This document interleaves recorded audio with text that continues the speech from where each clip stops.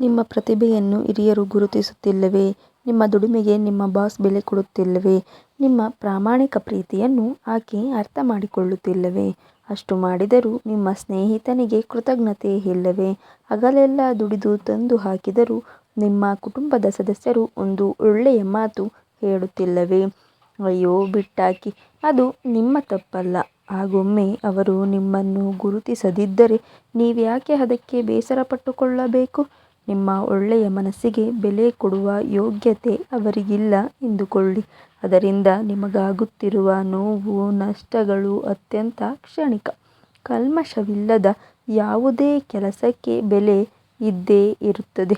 ಅಷ್ಟಕ್ಕೂ ನೀವದಕ್ಕೆ ಪ್ರತಿಫಲವನ್ನು ಯಾಕೆ ಬಯಸಬೇಕು? ಪ್ರತಿಭಾವಂತರಾಗಿ ಬೆಳೆಯಬೇಕಾದದ್ದು ನಿಮ್ಮ ಗುಣ.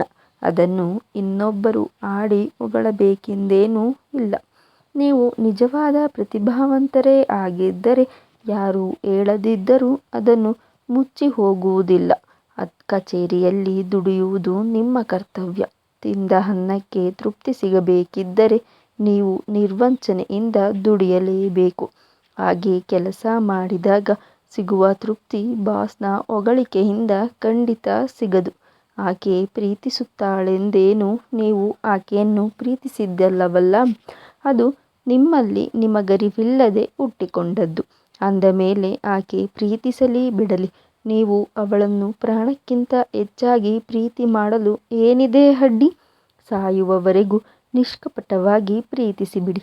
ಅದು ಕೊಡುವ ಖುಷಿ ಇದೆಯಲ್ಲ, ಅಂಥದ್ದಕ್ಕೆ ಸಾಟಿ ನಿಮ್ಮ ಮನದನ್ನೆಯ ತಬ್ಬುಗೆಯೂ ಅಲ್ಲ. ಹಾಗೆಯೇ ಸ್ನೇಹಿತನ ಕೃತಜ್ಞತೆ, ಮನೆಯವರ ಮರೆವು, ಜೀವನದಲ್ಲಿ ಪ್ರತಿಯೊಂದನ್ನು ಹೀಗೆಯೇ ಎಂದು ತೀರ್ಮಾನಿಸಿಕೊಂಡು ಬಿಡಬೇಕು. ಆಗ ಮಾತ್ರ ಮುಂದಕ್ಕೆ ಹೋಗಲು ಸಾಧ್ಯ.